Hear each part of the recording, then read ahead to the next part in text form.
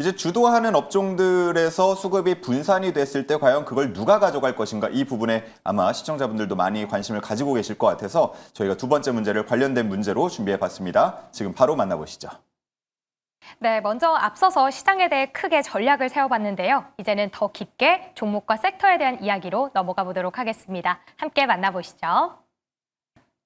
네, 저점 매수의 기회로 삼아야 할 섹터와 유망주는 이라고 종목, 섹터에 대한 이야기가 나왔습니다. 먼저 오늘 대부분의 섹터가 급락을 했지만 다행히도 오후장은 오전 대비 낙폭을 많이 줄이면서 마무리가 됐습니다. 코스피의 경우에는 4,000포인트를, 코스닥은 900선을 지켜내면서 끝이 났는데요. 특히 오늘 개인 투자자들의 시선을 따라가 보자면 하락하는 지금을 매수의 기회로 삼으면서 코스피와 코스닥 합쳐 3조 원 넘는 매수 우위를 보였습니다. 그렇다면 개인 투자자 어떤 종목에 집중을 했을까요? 바로 SK하이닉스와 삼성전자였습니다. 오늘 7에서 8% 넘게 조정받는 구간 가장 강한 매수세가 유입이 됐고요. 3위 종목으로는 오늘 코스피 시총 10위 가운데서 가장 크게 급락을 했던 두산 에너빌리티를 꼽는 모습이었습니다. 개인뿐만 아니라 메이저 수급도 집중이 되고 있죠. 먼저 외국인은 LG CNS와 현대차를 가장 많이 담았고요. 기관의 경우에는 SK하이닉스 그리고 KB금융에 집중을 했던 모습입니다. 이러한 국내 증시에 대해서 증권사에서 전략을 내놓은 부분도 부각을 받고 있는데요. 하나증권 리서치센터장 중기적인 관점에서 국내 증시 쉽게 꺾이지 않는다라고 전망을 하면서 지금이 저가 매수의 기회다라고 권고하는 모습이었습니다. 오늘의 이 급락을 저점 매수의 기회로 삼을 수 있는 섹터와 종목 어떤 것들이 있을까요? 두 분이 선택한 회주임의 종목까지 체크해 보도록 하겠습니다. 그럼 두 번째 주식 남녀의 선택 보드를 들어주시죠. 자, 아마 많은 분들께서 가장 관심을 갖고 있는 부분일 것 같아요. 우리가 그러면 이 시점에서 어느 쪽을 바라봐야 하는가 이 부분에 대한 답을 두 분으로부터 들어보도록 하겠습니다. 두 분의 보드 띄워주시죠. 자, 성 대표님은 ESS는 지속된다라고 하시면서 삼성 SDI를 적어주셨고요. 그리고 이 매니저님은 바이오라고 해서 알테오젠을 적어주셨네요. 오늘 워낙 여러 섹터에서 테마에서 다 하락이 나왔다 보니까 조정이 나왔다 보니까 이거를 기회 삼아서 어느 쪽을 바라볼까 많이 고민하셨을 것 같은데 ESS 바라보자. 네, 제가 사실 ESS 이 모멘텀이 지속된다라고 말씀드리는 근거는요, 일단 수급입니다. 네, 지금 제가 오늘 이제 이렇게 폭락장에서 외국인과 기관이 양매수가 들어오는 섹터가 뭘까?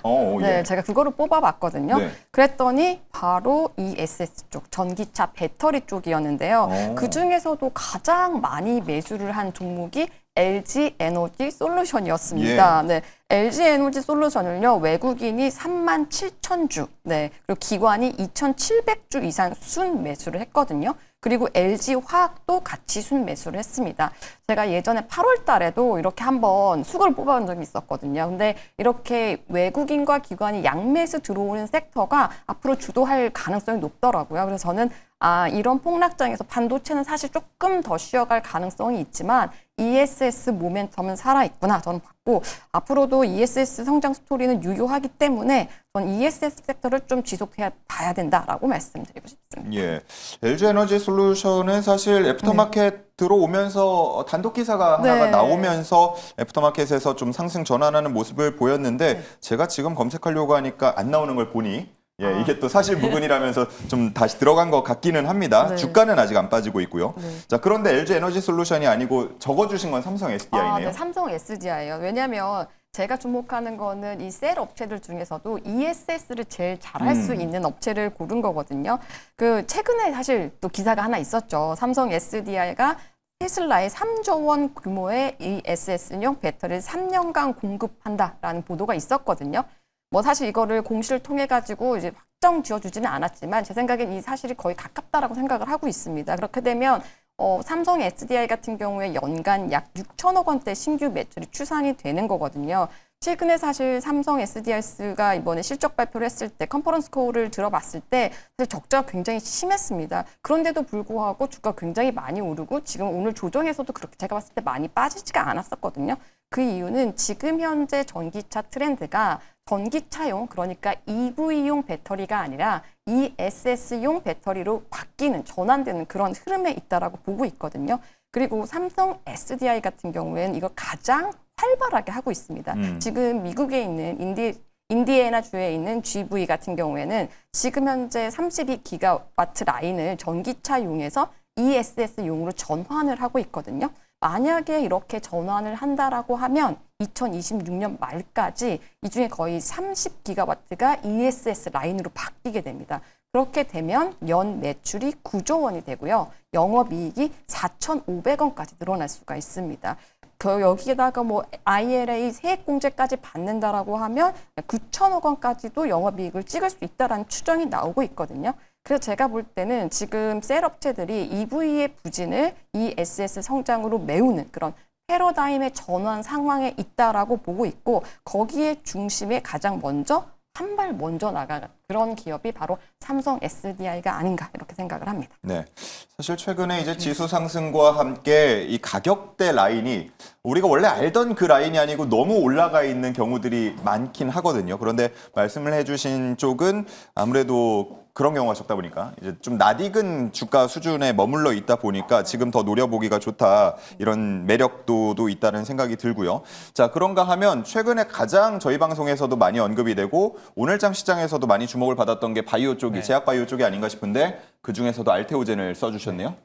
확실히 대마불패인 것 같아요. 대장은 쉽게 죽지 않는 알테오젠은 역시나 뭐 지금 시장에서도 여전히 뭐 저가 매수로 좀 바라보셔도 되지 않을까 싶은데 일단 바이오 업황은 이번 11월과 12월 그리고 내년 1월까지도 강력하게 시장을 좀 주도할 수 있는 업종이라고 저는 보고 있습니다. 그래서 지금 이제 시장의 어떤 수급과 과거의 흐름들을 어떻게 볼 수 있는지를 좀 화면을 보면서 잠시 말씀을 드려보면은 올해 이제 코스닥 150 헬스케어 지수 추이를 한번 좀 보시게 되면은 이번 연도 연초에 올릭스의 이 메쉬 치료제 일랄리리와 기술 이전 체결을 하면서 헬스케어 지수가 강력하게 상승을 했었습니다. 그 이후에 한번 이제 3월에 공매도 재개 우려감들이 나오면서 시장에서 조금 밀렸다가 다시 한번 이제 4월에 ABL 관련해서 뭐 플랫폼 기술 이전 이야기 나오고 올릭스도 관련해서 로레알과 탈모고 관련해서 공동 개발한다라는 이런 소식들이 들려오면서 다시 한번 주가가 강하게 올라왔었고요.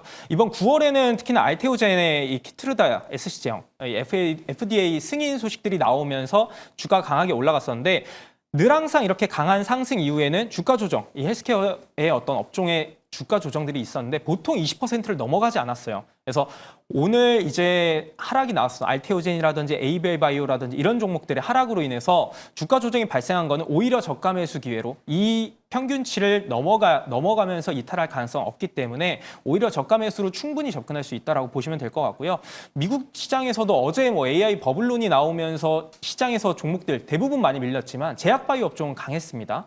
이번 연도 이제 상반기 이후부터 나스닥 바이오텍 지수 또한 반등 추세를 강력하게 좀 보여주고 있다 보니까 글로벌 시장에서의 수급 움직임이 제약 바이오 쪽으로 많이 몰려들고 있다. 그래서 이 탑다운에서의 이 흐름을 봤을 때는 바이오 쪽은 충분히 연말 강력한 대안이 될 수 있다고 보고 있고요. 뭐 알테오젠 이야기를 잠시 드려보면은 워낙 이제 잘 알려져 있는 종목이다 보니까 이 이제 기존 정맥 주사에서 이 알테오젠의 기술을 통한 피하 주사 이걸 통한 어떤 기술 가치는 잘 알고 계실 겁니다. 이미 전 세계 1등 업체인 뭐 머크사라든지 아스트라제네카라든지 뭐 다이치 상표가 알테오젠의 기술을 선택을 했을 만큼 이미 시장에서는 이 재료는 잘 알고 계실 텐데 지금 연간 매출에서 제약 품목에서 가장 매출이 많은 게 키트루다죠. 근데 이 키트루다가 본격적으로 이 연매출 한 40조가 나오는 글로벌 블록버스터급 항암제라고 보시면 되는데 이제 본격적으로 알테오젠의 이 기술이 들어간 피하 주사형 키트루다 큐렉스를 FDA 승인을 받았기 때문에 내년부터 본격적인 어떤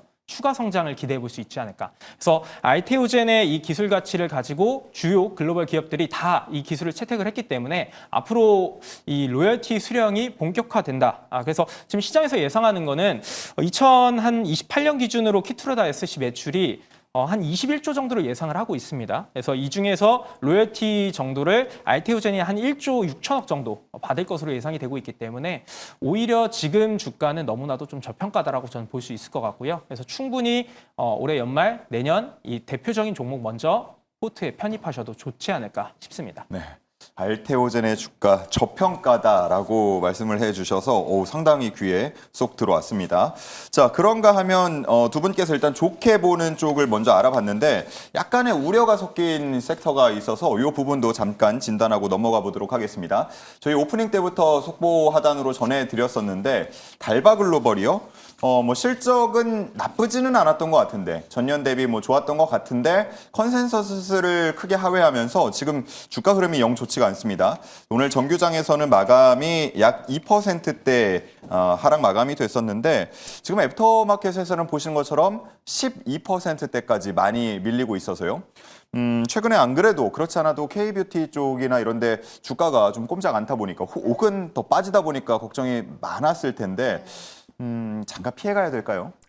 사실 저는 달바글로벌 이번에 실적 잘 나올 줄 알았었거든요. 그리고 화장품 섹터가 사실 이번에 많이 못 갔잖아요. 소외가 되고. 그래서 저는 오늘 달바글로벌 실적 나오고 내일 APR 실적이 잘 나온다라고 하면 그동안 소외됐던 화장품 섹터가 좀 다시 갈 수 있지도 않을까 이렇게 전망을 했었거든요. 예. 근데 오늘 지금 달바글로벌 제가 들어오기 전에 속보가 나와가지고 정확한 내용은 보지 못했지만 지금 보면 이제 컨센서스를 31%나 하회했다라는 건 분명히 무슨 이유가 있을 거거든요. 저는 단순하게 지금 이게 왜 했는지 원인을 분석해보고 좀 대응을 해야 된다라고 생각을 합니다. 근데 지금 제가 차트를 보면서 좀 설명을 드려보면 지금 제가 이걸 어떻게 대응을 해야 되는지를 보면서 지금 차트를 한번 봤더니요. 지금 보면 장대 음봉이 나오면서 지금 거래량이 지난 이틀 동안 장대 양봉 나왔었던 것보다 훨씬 더 많이 지금 실리면서 지금 매수가 나오고 있거든요. 그런데 좀 보면 지금 볼린저 밴드 하단까지는 떨어지지는 않았어요. 제가 봤을 때 지금 이 상황에서 지금 볼린저 밴드 하단까지는 그 주가가 좀 떨어질 수도 있지 않을까라는 생각이 들어서 만약에 물량이 많다라고 하면 어느 정도는 좀 물량을 덜어내고 어허. 다음 분기 실적까지 한번 기다려 봐야 되지 않을까. 그래서 저는 이게 내가 만약에 단기 투자자다. 그러면은 지금 어느 정도 물량을 덜어내는 게 맞겠죠. 근데 내가 장기로 보고 있다라고 하면 저는 사실은 뭐 K뷰티에 대한 어떤 믿음이 있거든요. 우리나라에서 경쟁력이 있는 몇 안 되는 어떤 섹터 중에 하나라고 생각하기 때문에 뭐 달바라든지 뭐 APR이라든지 이런 것들이 뭔가 지금 어떻게 보면 마케팅비가 많이 나갔다든지 뭔가 이유가 있을 거예요. 그 이유에 대해서 정확하게 분석한 뒤에 저는 대응해봐도 된다. 그리고 이거에 대해서 이제는 한국의 뷰티가 끝났나? 화장품 섹터가 이제 끝인가? 이렇게 생각할 필요는 없다라고 생각을 합니다. 예, 알겠습니다. 그리고 이제 이태우 매니저님, 뭐 늘 저희가 상반기 때는 계속해서 얘기했던 게 조방원 이 얘기를 많이 했는데 조방원 대표 종목들 중에서도 오늘 장에서 이제 좀 조정이 나온 종목들이 있어서 네. 뭐 관련해가지고 이거는 기회가 될 수 있을 것 같다라고 유망하게 보시는 쪽이 있으신지요?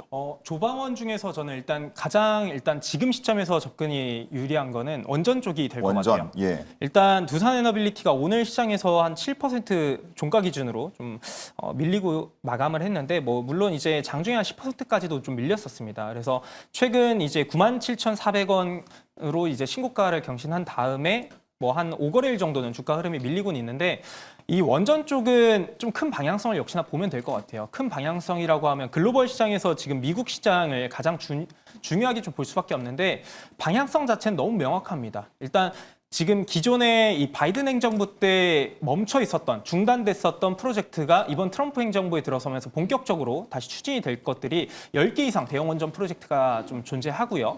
최근에 이제 전력 에너지 복합 단지를 트럼프 행정부에서 좀 개발 프로젝트 추진을 하고 있습니다. 관련해서 원전, 대형 원전과 SMR과 뭐 LNG 이런 이제 발전소들이 같이 복합적으로 들어가는 세계 최초 프로젝트가 진행 중인데 관련해서 트럼프 대통령이 이 원전 관련 인사들을 굉장히 압박하고 해임을 하고 있죠.